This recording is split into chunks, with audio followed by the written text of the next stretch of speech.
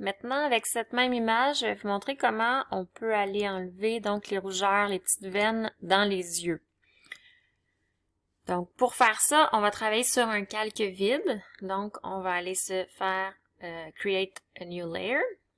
On va l'appeler rougeur ou veine.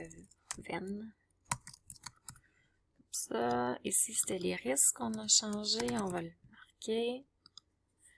Donc, sur le layer vide, moi, je vous conseille de travailler avec le Spot Healing Brush. Voici pourquoi. Le Spot Healing Brush, en mode Content Aware, va aller aléatoirement regarder les pixels autour de où est-ce qu'on clique et va venir recopier ces pixels-là. Dans un endroit qui est restreint comme celui-ci, je pense que c'est l'outil qui va faire le meilleur travail. Si par exemple on choisissait le Healing Brush, lui on doit donc en premier aller lui dire quoi copier.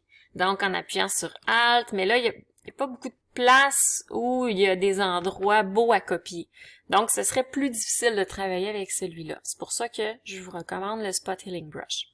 Donc on se met en mode normal, Content Aware, Simple All Layers, parce qu'on est dans un calque vide, on veut qu'il aille chercher l'information de ce calque-ci. Et on va choisir donc une grosseur d'outil qui va nous permettre d'aller tout juste chevaucher la veine. Donc, au niveau du hardness, on peut commencer donc aux alentours de 40-50%. On veut pas avoir un hardness trop faible parce qu'on va avoir de la misère à aller complètement masquer la veine. Puis avec un hardness trop dur, ben, on va voir la démarcation de notre correction.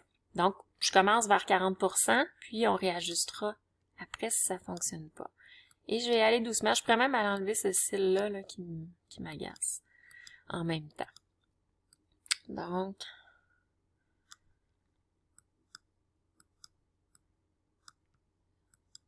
je vais aller enlever le plus de petites veines possible. Ici, je vais grossir un petit peu. Le but n'est pas de rendre l'œil avec un blanc irréel.